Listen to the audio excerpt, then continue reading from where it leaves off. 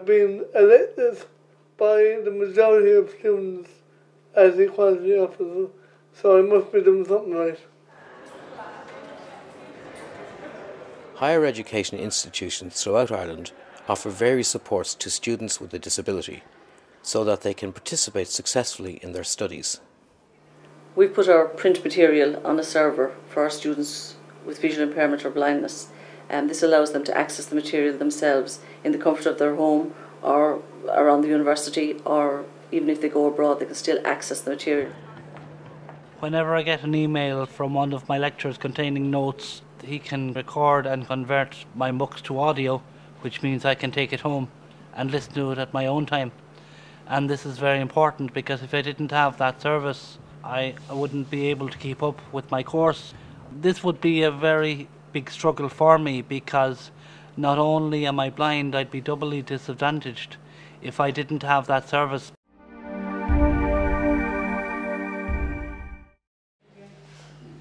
Catherine Hogan is a mature student at the Dún Laoghaire Institute of Art, Design and Technology.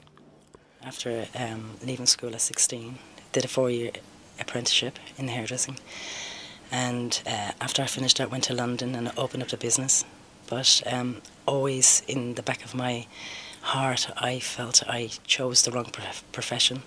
Like I always wanted to do art, but because I felt I wouldn't be able to pass the Leaving Cert, I'd never get into college. When I was young, I wasn't diagnosed. I had dyslexia. I wasn't helped through school. When I came back to Ireland, I realised there was lots of help, and dyslexia has been put on the map. Access offices in higher education institutions offer a range of learning supports to students. I was very frightened and very nervous when I first, got into the college, and my first day, very, very nervous. You kind of still felt how you felt where you were at school. But very shortly it changed, knowing that the backup was here. I feel like I'm normal now. I can go on and study like everybody else because I have that backing. And even having that support makes you, achieve more because you don't have the fear of not being able to do it. I think I see myself in a museum and doing restoration, fixing up all masters' paintings. Because I think that's where my strength lies.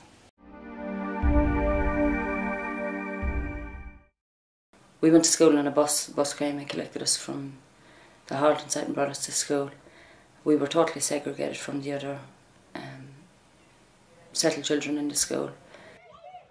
And during playtime we would have been kept back until the settled children had their hour, a half hour in the yard, whatever.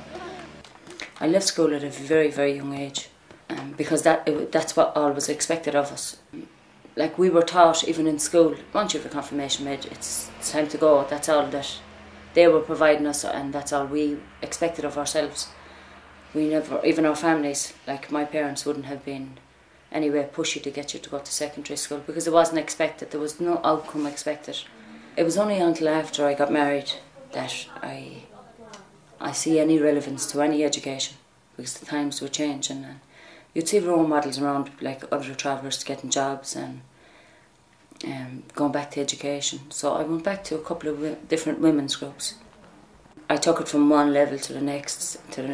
So myself and 2 other travellers went to do the Cert in Community Development in UCC, which I found a totally different experience than my education. So when I went back, the first thing I actually done was told them that I was a traveller. I wanted it out there. I wanted him to know that I was a traveller. I didn't want anything hidden in the closet. We got through that course. We got through it very well, actually. But I was very frightened to take it to the next level. So I wanted to go and do the degree or the diploma in UCC. And it's only this year that I actually registered within the last couple of days. A lot has been achieved over the past 15 years, but there is a lot more to do. As part of its Access Action Plan, the Higher Education Authority is promoting a range of initiatives throughout the country to ensure that students of all backgrounds, ages and abilities can access higher education. In the National University of Ireland in Galway, for example, one of many initiatives targets young adults and mature students. The programme was established in 1997